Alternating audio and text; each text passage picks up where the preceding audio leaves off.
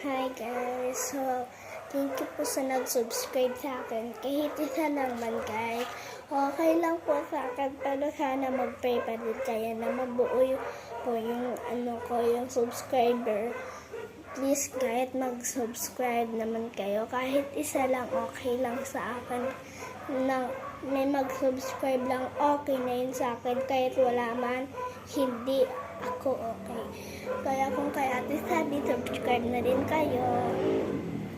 So ngayon guys, malungkot ako dahil isa yung nagtitingin sa mga viewers ko. Sana mabuo na yung viewers ko. Thank you po sa nag-subscribe. Kung makita niyo po to, mag-subscribe ka po ulit. Thank you po.